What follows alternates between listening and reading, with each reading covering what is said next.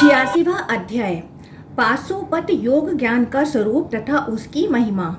ऋषिगण बोले, दग्ध पाप वाले ब्राह्मणों ने विरक्त ज्ञानियों के उत्तम ध्यान यज्ञ को जब से श्रेष्ठ कहा है, अतः हे सूत जी, अब आप विरक्त महात्माओं के ध्यान यज्ञ के विषय में पूर्ण रूप से विस्तार पूर्वक पूर्ण प्रयत्न के साथ हम लोगों को बताइए।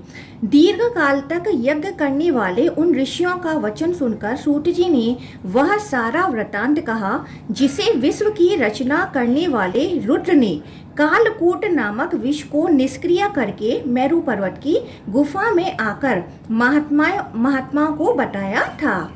सूत जी बोले, हे ऋषियों, गुफा में पहुंचकर पार्वती जी के साथ सुखपूर्वक बैठे हुए उन शंकर जी को महात्मा मुनियों ने प्रणाम किया।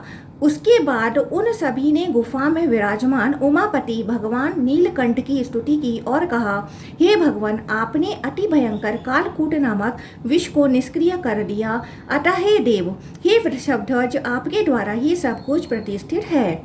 उनका वह वचन सुनकर विश्वात्मा भगवान नीलोहित सनंदन आदि मुनियों से हंसते हुए कहने लगे, हे श्रेष्ठ ऋषियों, यह विष क्या है? मैं अति भयंकर विष के विषय में बताऊंगा जो इस कालकूट विष को भी निष्क्रिय कर देता है। वह परम समर्थ है। यह कालकूट विष कौन सी चीज है? कालकूट नामक विष वास्तव में विष नहीं है, बल्कि संसार ही विष कहा जाता है। अतः पूर्ण प्रयत्न से इस संसार रूपी अत्यंत भीषण विष को नष्ट करना चाहिए, अर्थात संसार में मिथ्यात्व का भाव रखना चाहिए।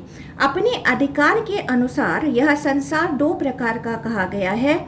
मूढ़ चित्त वाले मनुष्यों के लिए यह असंक्षीर्ण, क्षय न होने वाला तथा अत्यंत भयंकर है।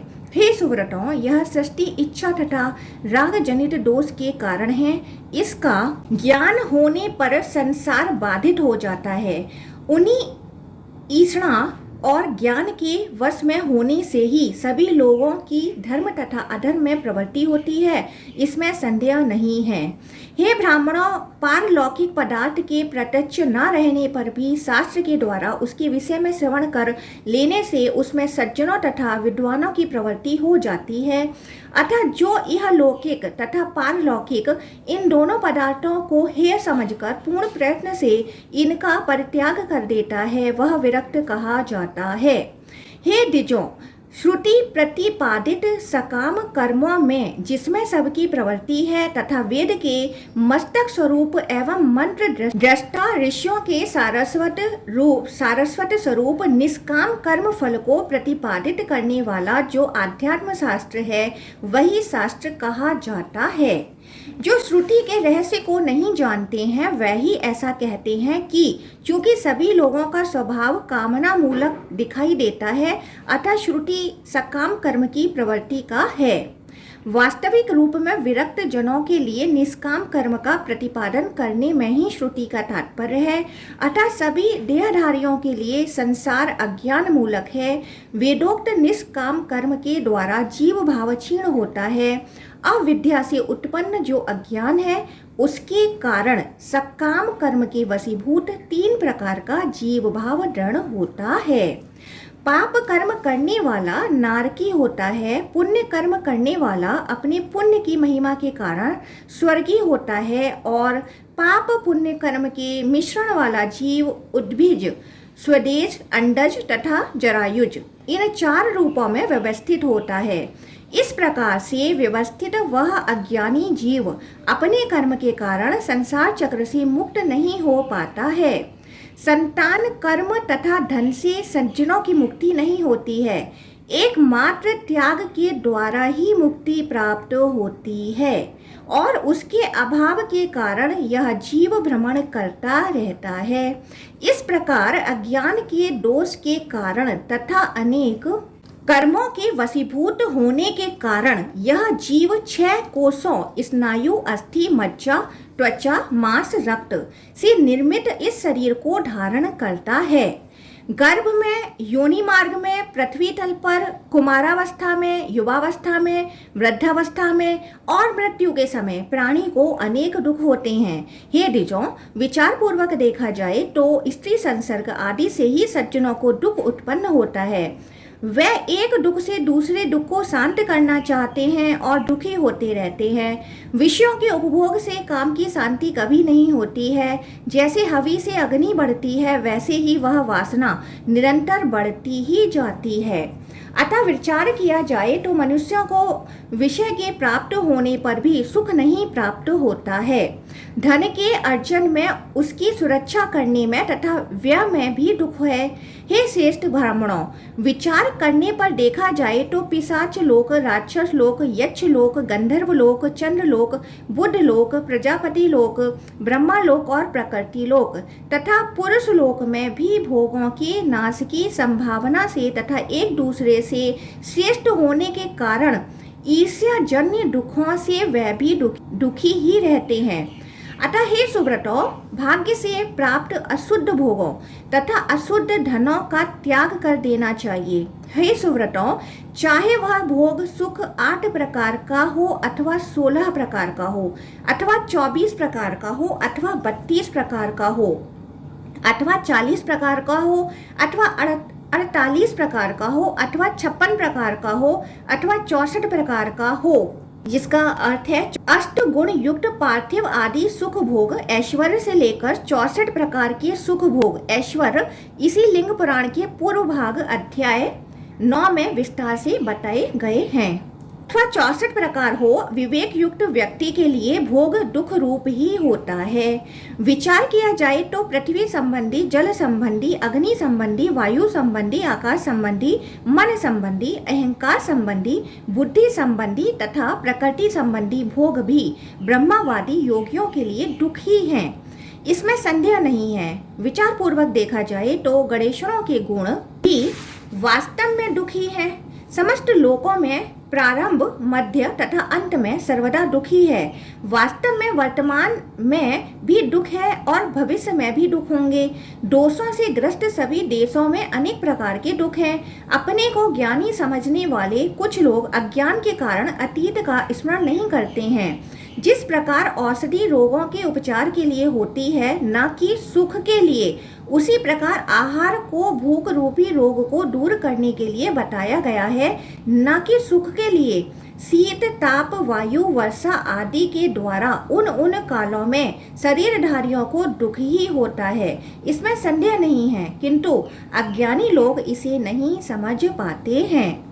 हे श्रेष्ठ मुनियों, इसी प्रकार स्वर्ग में भी लोग पुण्य के क्षय आदि दुखों से तथा राग, देश, भय आदि नानाविध रोगों से ग्रस्त होते हैं। जैसे जड़ से कटा हुआ वृक्ष विवश होकर पृथ्वी पर गिर जाता है, वैसे ही स्वर्ग में रहने वाले भी पुण्य रूपी वृक्ष के क्षय होने से पृथ्वी पर पुनः आ जाते हैं। दुखमय कामनाओं से युक्त तथा दुखमय भोग संपदा से परिपूर्ण स्वर्गवासी देवताओं को भी इस स्वर्ग से पतित होने पर दुख तथा कष्ट ही होता है। हे श्रेष्ठ मुनियों, शास्त्रोचित कर्मों को न करने से विभिन्न वर्ण के लोगों को नरकों में पड़ने के कारण वहां दुख ही भोगना पड़ता है। जैसे उजड़े हुए निवास वाला मृग मृत्यु से भयभीत होकर निद्रा ग्रहण नहीं कर पाता, उसी प्रकार ध्यान परायण महात्मा सन्यासी संसार से भयभीत होकर निद्रा ग्रहण नहीं कर पाता, अर्थात प्रमाद रहित होकर सर्वदा सजग रहता है। कीटों, पक्षियों, मृगों, घोड़ा, हाथी आदि पशुओं में भी सर्वदा दुखी देखा गया है। अतः भोग का त्याग करने वालों को उत्तम सुख प्राप्त होता है। हे सुव्रतों, वैमानिक देवताओं और कल्पों के अधिकारी तथा अपने पद का अभिमान करने वाले मनु आदि को भी दुख प्राप्त होता है। तीनों लोकों में एक दूसरे को जीतने की इच्छा के कारण देवताओं तथा दैत्यों को और राजाओं तथा राक्षसों को भी दुख प्राप्त होता है। वस्तुतः समस्त वर्णों के आश्रम भी श्रम के कारण दुख ही देते हैं।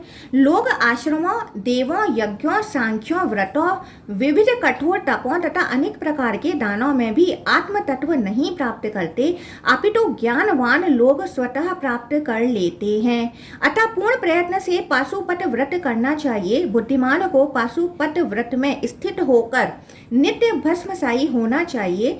सगो जात आदि 5 मंत्रों के अर्थ ज्ञान से संपन्न तथा शिव तत्व में समाहित बुद्धिमान व्यक्ति को मुक्तिदायक तथा कर्म का नाश करने वाले पाशुपत योग का आश्रय लेना चाहिए। पंचार्थ योग से युक्त विद्वान दुख के अंत को प्राप्त होता है। भक्तजन परा विद्या से ही ज्ञान प्राप्त करते हैं, अपरा विद्या से नहीं। परा तथा अपरा ये दो प्रकार की विद्याएं कही गई हैं। हे श्रेष्ठ ब्राह्मणों, ऋग्वेद, यजुर्वेद, सामवेद सभी अर्थों को सिद्ध करने वाला अथर्ववेद, शिक्षा, कल्प, व्याकरण, निरुक्त, छंद और ज्योतिष ये अपरा विद्या हैं। परा विद्या अक्षर रूप में स्थित है। हे श्रेष्ठ ब्राह्मणों, वह अदृश्य, अग्राह, गोत्र रहित, वर्ण रहित, नेत्र, कान, हाथ, पैर आदि से रहित, अज्ञात, अजात, अभूत तथा शब्द विहीन है। हे द्विजों, वह स्पर्श रहित, रूप रहित, रस गंधहीन, अव्यय, आधारहीन, नित्य, सर्वगामी, सर्वशक्तिशाली, महान, बृहत, अज तथा चित्त स्वरूप है। वह प्राण रहित, मन रहित, स्नेह रहित तथा अलोहित है। वह अप्रमेय, अस्थूल, अदीर्घ तथा अनुल्बण है। वह अहस्व, अपार, आनंदमय एवं अच्युत है। वह अनपावृत, अद्वैत, अनंत, अगोचर, आवरण रहित तथा आत्म स्वरूप है। उस परा विद्या का अन्य प्रकार से वर्णन नहीं किया जा सकता है। जो परा तथा अपरा विद्याएं कही गई हैं वह परमार्थ की दृष्टि से नहीं है। वास्तव में मैं ही संपूर्ण जगत हूँ, मुझ में ही संपूर्ण जगत स्थित है। यह जगत मुझ में ही उत्पन्न होता है, मुझ में ही स्थित रहता है और अंत में मुझ में ही विलीन हो जाता है। मुझसे पृथक कुछ नहीं है, ऐसा मन, वचन तथा कर्म से अनुभव करना चाहिए। एकाग्रचित्त होकर सत तथा असत सब कुछ आत्मा में ही देखना चाहिए। आत्मा में ही सब कुछ देखने वाला साधक अपने मन को बाहरी जगत में आसक्त नहीं करता है। नाभि से 12 अंगुल ऊपर अधोमुख हठ कमल स्थित है, उसे विश्व का महान ग्रह समझना चाहिए। इस हृदय के मध्य में कमल विराजमान है, जो धर्म रूपी कंद से उत्पन्न ज्ञान रूपी नाल वाला अत्यंत सुंदर 8 सिद्धि स्वरूप अष्टदल से युक्त और श्वेत तथा उत्तम वैराग्य रूपी कड़का वाला है एवं जिसके छिद्र प्राणवायु रूपी दिशाओं के रूप में प्रतिष्ठित है। प्राण आदि से युक्त होने पर साधक बहुत रूपों में इसे क्रम से देख सकता है। हे श्रेष्ठ मुनियों, प्रत्येक नाड़ी 10 प्राणों का वहन करती है। कुल 72,000 नाड़ियां बताई गई हैं। जागृत अवस्था को नेत्र में स्थित जानना चाहिए और स्वप्न को कंठ में स्थित जानना चाहिए। इसी प्रकार सुषुप्त को हृदय में स्थित तथा तुरीय को सिर में स्थित जानना चाहिए। क्रम के अनुसार जागृत अवस्था में ब्रह्मा, स्वप्नावस्था में विष्णु, सुषुप्ता अवस्था में ईश्वर शिव तथा तुरीय अवस्था में महेश्वर प्रतिष्ठित रहते हैं। अन्य लोग ऐसा भी कहते हैं कि जब मनुष्य सभी इंद्रियों के द्वारा संयमित रहता है तब उसकी जागृत अवस्था कही जाती है। मन, बुद्धि, अहंकार, चित्त यह अंतःकरण चतुष्टय हैं। इनके द्वारा जब मनुष्य व्यवस्थित रहता है तब उसकी स्वप्नावस्था कही जाती है। ये सुव्रतों, जब मनुष्य की इंद्रियां उसकी आत्मा में विलीन हो जाती हैं तब उसकी सुषुप्ता अवस्था कही जाती है। इंद्रियों से अतीत मनुष्य तुरीय अवस्था वाला कहा जाता है। जगत के परम कारण तथा परम स्वरूप ये शिव तुरीय से भी अतीत हैं। हे विपेंद्रो, जागृत, स्वप्न, सुषुप्ति तथा तुरीय के पश्चात अब मैं आदि भौतिक, आध्यात्मिक तथा आदि दैविक स्वरूप का वर्णन करूंगा।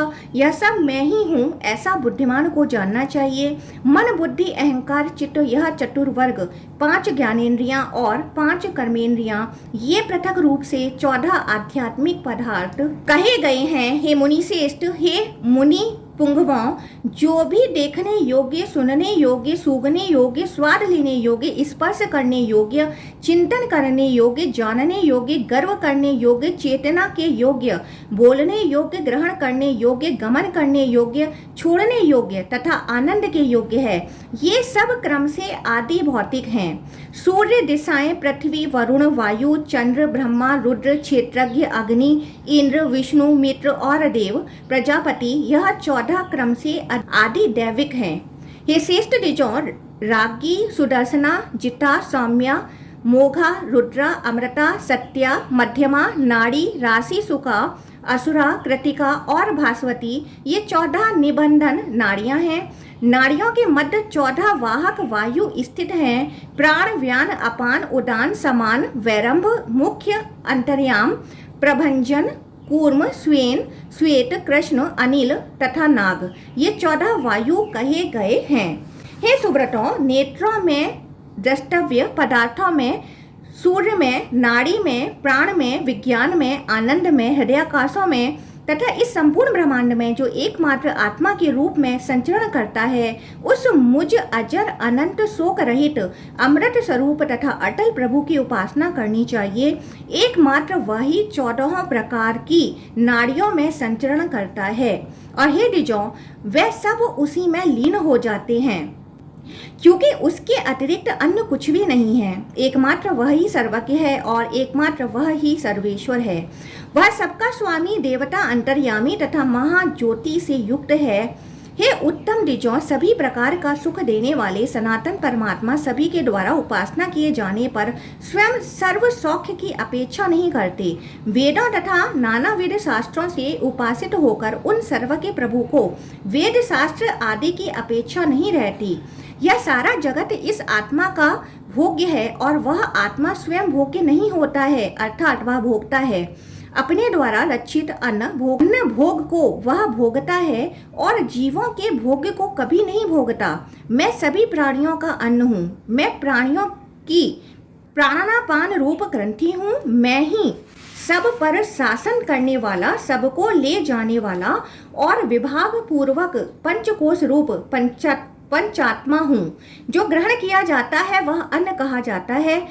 वह भूतात्मा अन्नमय कोश है, इंद्रियात्मा प्राणमय कोश है, संकल्प आत्मा मनोमय कोश है और सोम स्वरूप कालात्मा विज्ञानमय कोश कहा जाता है। सर्वदा आनंद मग्न होकर महेश परमेश्वर आनंदमय कोश के रूप में विद्यमान है। वह पंचकोश मैं ही हूँ। विचार पूर्वक देखा जाए तो उस जगत के अभाव के कारण परतंत्र रूप संपूर्ण जगत मुझ स्वतंत्र में ही स्थित है। एकत्व भी नहीं है तब द्वैत कैसे हो सकता है? इसी प्रकार कोई मृत्यु नहीं है तब वह अजोद्भव भी अमर कैसे होंगे? इस प्रकार वह न अंत प्रज्ञ हैं और न बहिर्प्रज्ञ हैं, न दोनों प्रकार की प्रज्ञा वाले हैं और न प्रज्ञान घन हैं और न तो ज्ञान संपन्न प्राज्ञ ही है।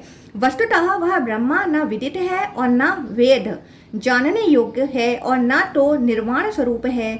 निर्वाण केवल्य निःश्रेयस अनामय अमृत अक्षर ब्रह्मा परमात्मा परापर निर्विकल्प निराभास और ज्ञान ये पर्यायवाची हैं, जिसके अंतकरण में एकमात्र अद्वितीय ब्रह्मा स्थित है तथा जो समरस है। जब वह प्रसन्न तथा एकाग्र होता है वह ज्ञान स्वरूप कहा जाता है। इसके अतिरिक्त सब कुछ अज्ञान है, इसमें संदेह नहीं करना चाहिए। इस प्रकार पूर्ण ज्ञान निश्चित रूप से गुरु के सानिध्य से उत्पन्न होता है। यह राग, देश, मिथ्या, क्रोध, काम, तृष्णा आदि से सदा रहित होता है। इसे मुक्ति देने वाला जानना चाहिए। अज्ञान मल से युक्त रहने के कारण पुरुष मलिन कहा गया है। उस अज्ञान मल के नाश से ही मुक्ति होती है, अन्यथा करोड़ों जन्मों में भी मुक्ति नहीं मिल सकती। एकमात्र ज्ञान के बिना पाप तथा पुण्य का क्षय नहीं होता है। अतः हे श्रेष्ठ ब्रह्मवादियों, मुक्ति के लिए ज्ञान का निरंतर अभ्यास करना चाहिए। ज्ञान के अभ्यास से ही मनुष्यों की बुद्धि निर्मल होती है, अतः उसके प्रति निष्ठावान तथा तत्पर होकर सदा ज्ञान का अभ्यास करना चाहिए। हे श्रेष्ठ विप्रों, एकमात्र ज्ञान से संतुष्ट मुक्त संग आसक्ति रहित योगी के लिए कुछ भी करणीय नहीं रह जाता है।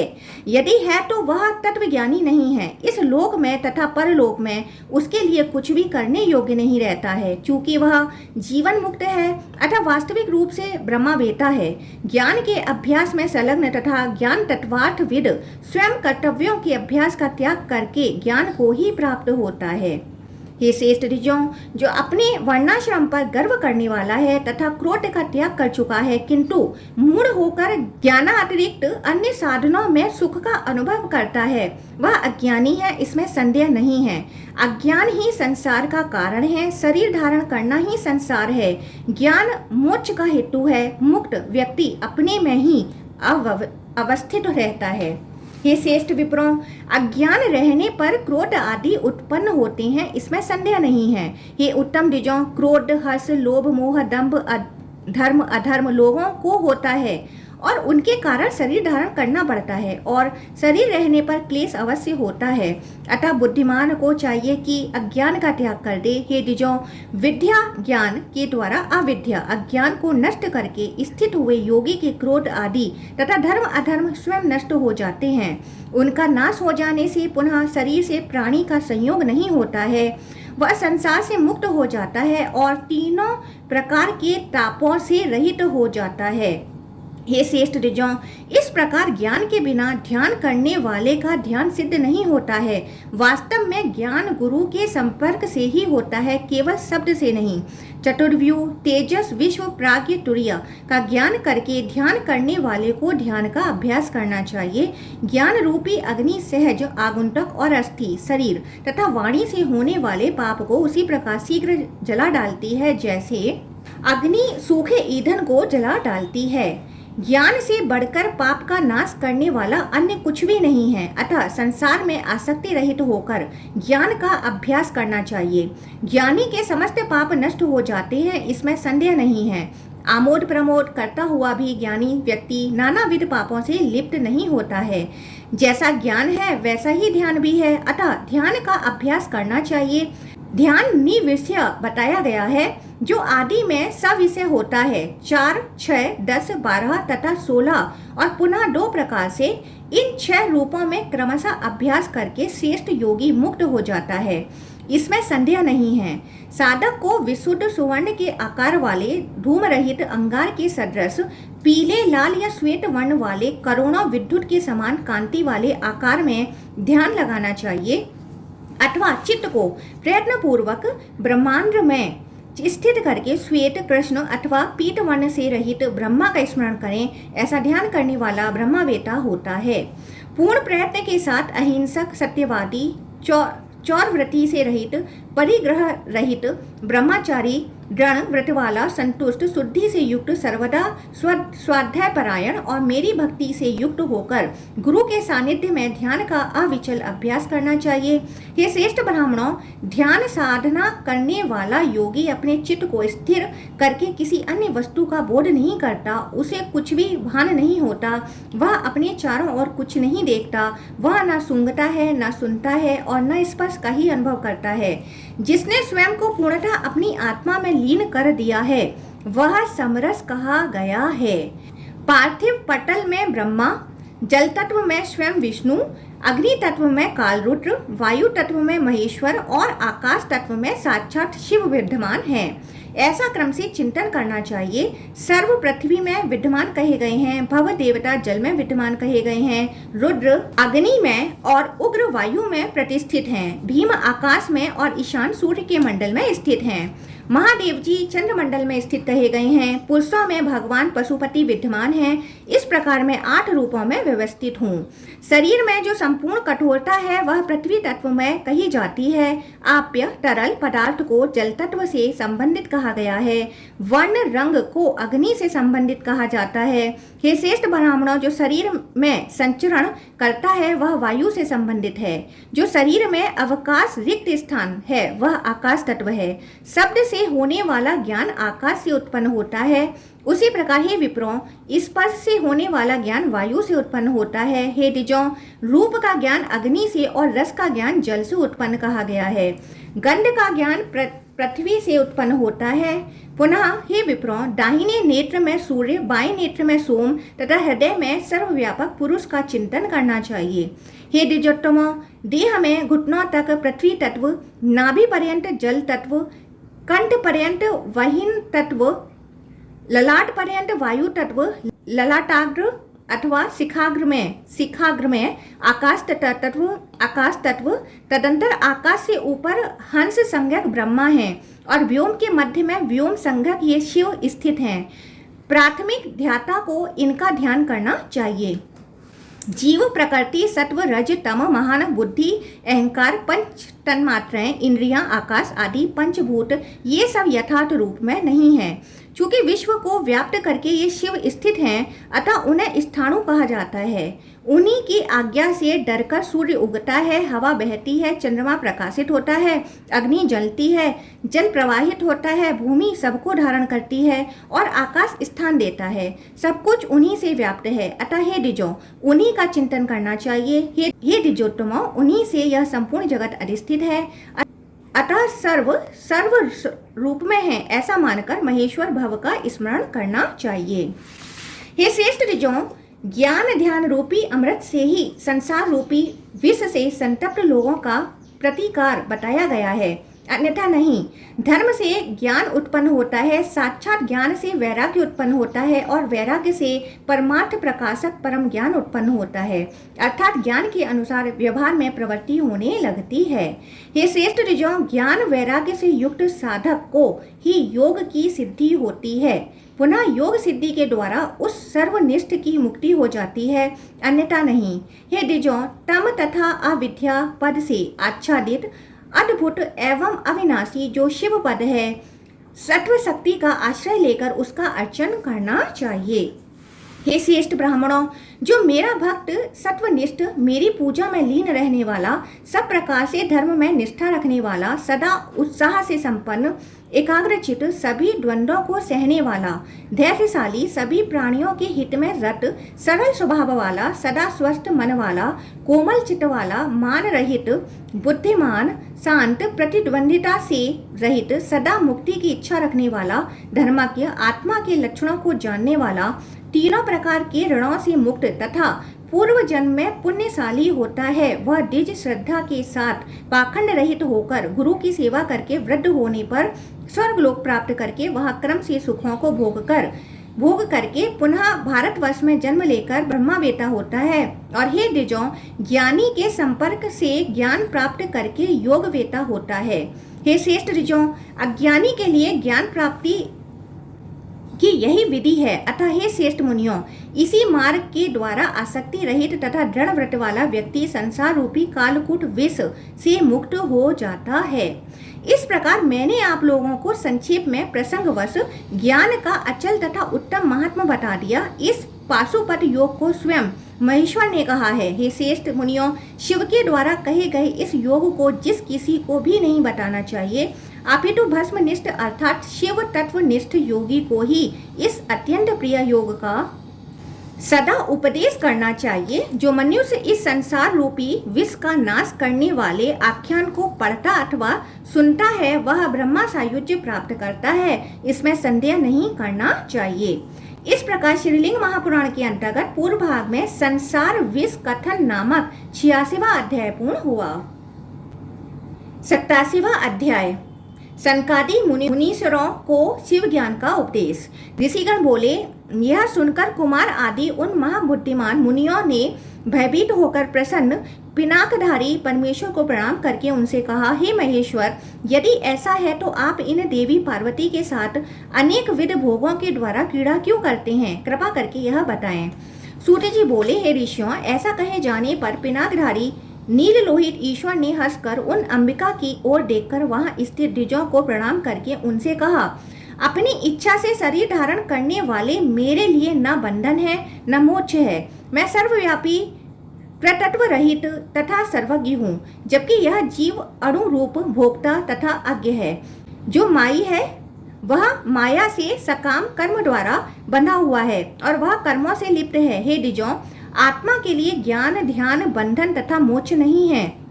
जो विद्वान मुझ में ऐसा अनुभव कर लेता है, उसके लिए ये सब नहीं होते हैं। ये पार्वती विद्या हैं और मैं वैद्य हूँ। ये प्रज्ञा श्रुति तथा स्मृति हैं। ये मेरे द्वारा प्रतिष्ठित धृति निष्ठा ज्ञान शक्ति क्रिया इच्छा तथा आज्ञा हैं।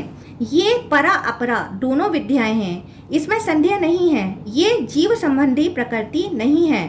विचार किया जाए तो ये विकृति भी नहीं है, विकार नहीं है, ये माया है जो सत असत से रहित अर्थात अनिर्वचनीय है। पूर्व काल में लोगों को अभय प्रदान करने वाली महाभाग्यवती तथा 5 मुख वाली मेरी यह सनातनी आज्ञा मेरे मुख से उत्पन्न हुई थी। तब जगत के कल्याण का चिंतन करता हुआ मैं शिव उस आज्ञा में प्रविष्ट होकर इनके साथ 27 तत्वों से सबको व्याप्त करके स्थित हुआ। हे श्रेष्ठ ऋषियों, तभी से मुक्ति प्रारंभ हुई। सूत जी बोले, हे ऋषियों, ऐसा कहकर परमेश्वर ने भवानी की ओर देखा और सनातनी भवानी ने उन परमेश्वर को देखकर माया को हटा लिया। तब माया के मल से मुक्त हुए वह मुनिगण पार्वती को देखकर प्रसन्न होकर मुक्त हो गए।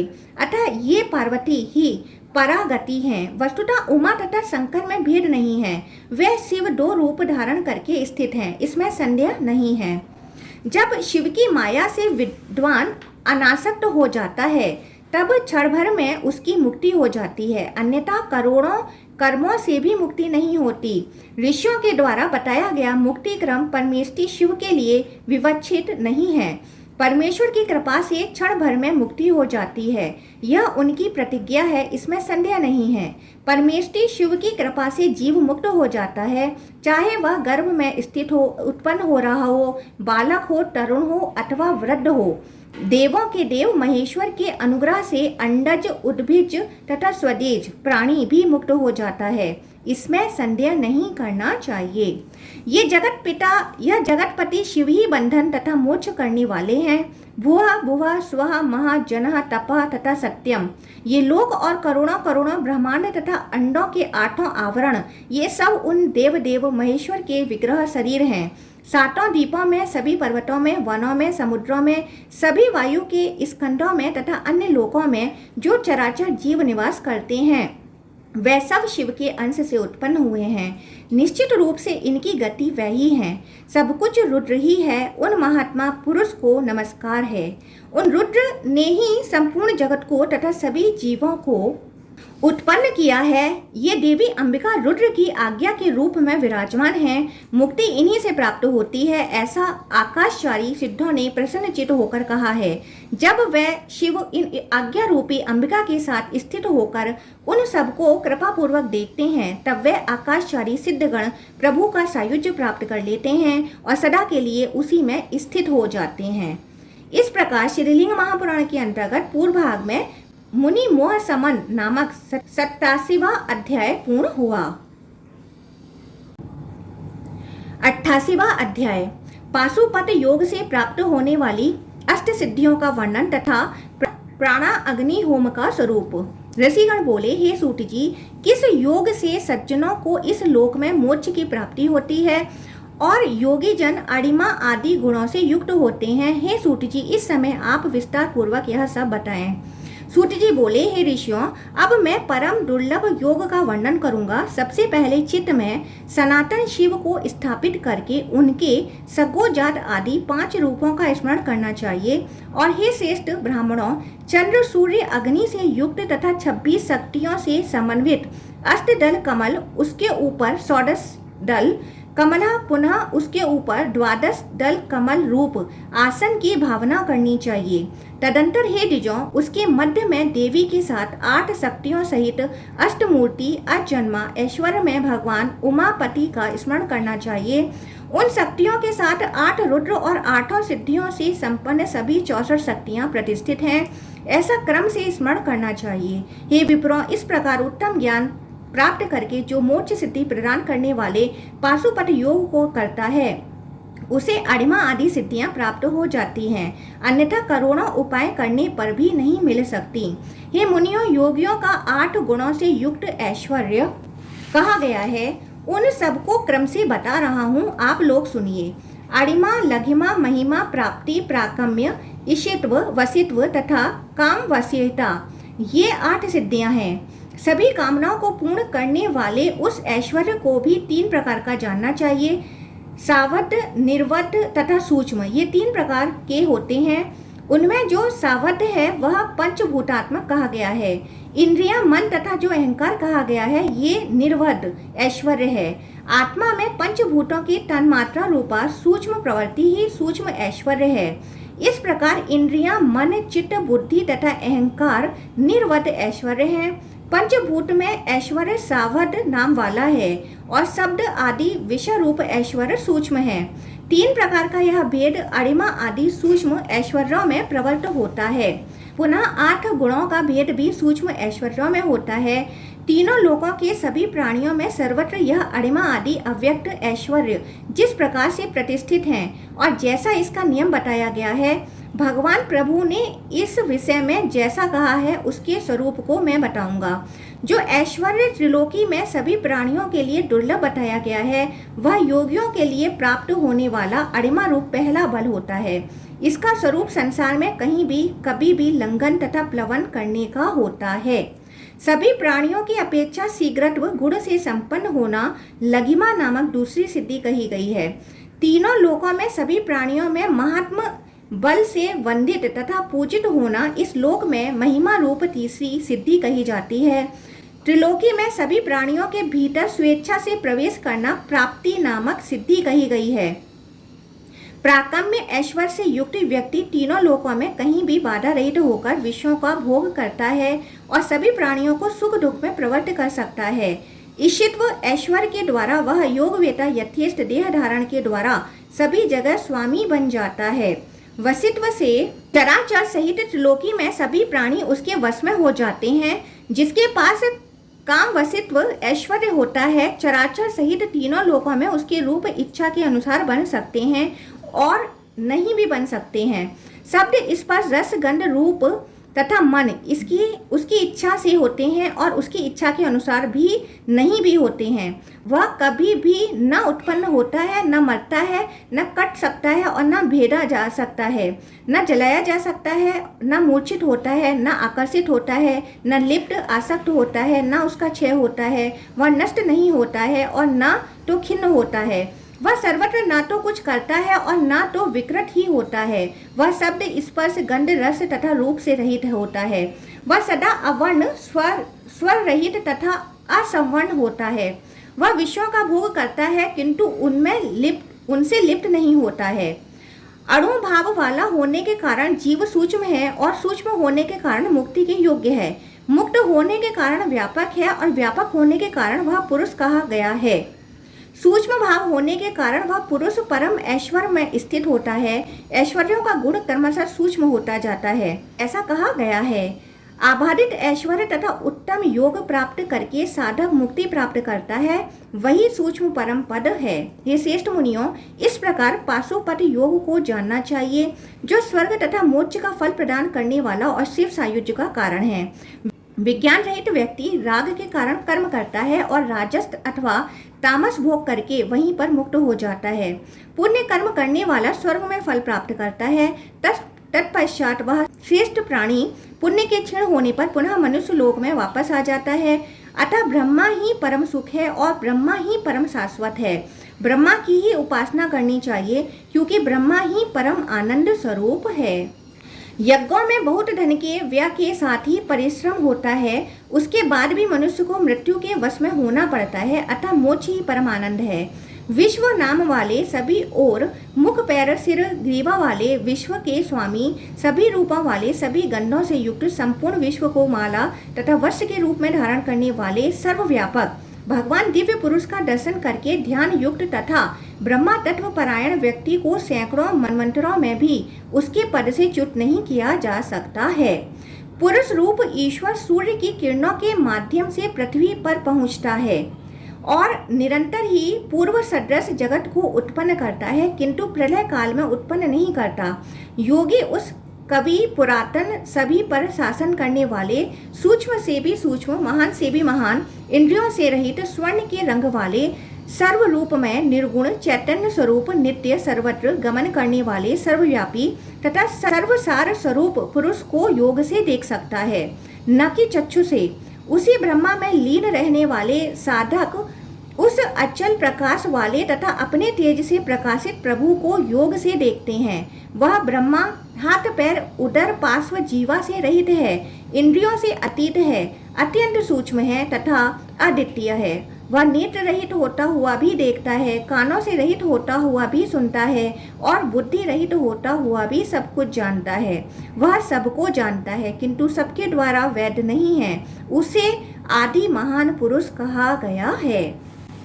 उनसे युक्त योगी जन सभी प्राणियों की प्रकृति को अचेतन, सर्वव्यापिनी, सूक्ष्म तथा प्रसव धर्मणी, सृष्टि उत्पादन करती के रूप में देखते हैं। वह ब्रह्मा सभी ओर हाथ तथा पैर वाला है। वह सभी ओर नेत्र, सिर तथा मुख वाले हैं।